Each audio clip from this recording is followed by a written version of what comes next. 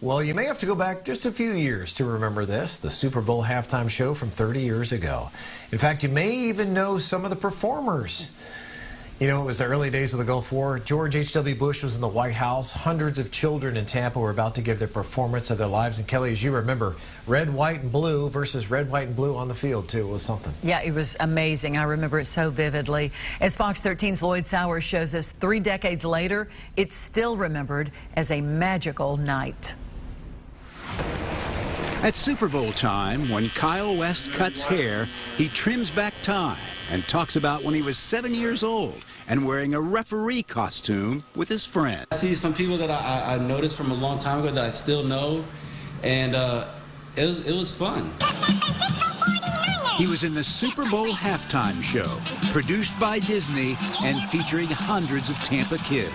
My girlfriend called me and said, they're having a casting call. Why don't you take the kids down? Here's a picture of Gina and 7-year-old Kyle. Word spread. It's probably we're on the phone saying, hey, this, it's coming up, this audition, let's take the girls together. And they had judges sitting at the table in front, and you performed. 8-year-old Tia, in a Small World theme, cast as a Canadian Mountie. I did not know what it was, but we laugh all the time. My kids loved looking at the pictures of it, too. They laughed at my outfit. They thought it was hilarious.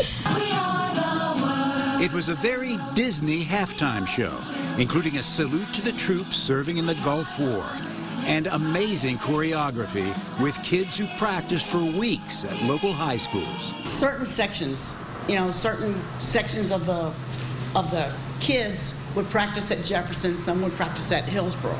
Lisa and her sister were dressed to represent Mexico, and she knew she had a special role. I knew I was holding a character's hand, but not Mickey Mouse, which is like the star of the Front show. and center.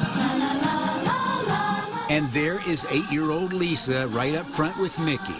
30 years later, she teaches 2nd grade. I know, 30 years ago, it seems so long ago, but that does not seem that long ago. The stadiums and colors and calendar has changed since 1991, but the memories of that special Tampa Super Bowl live on. When little kids took the big stage at Old Tampa Stadium.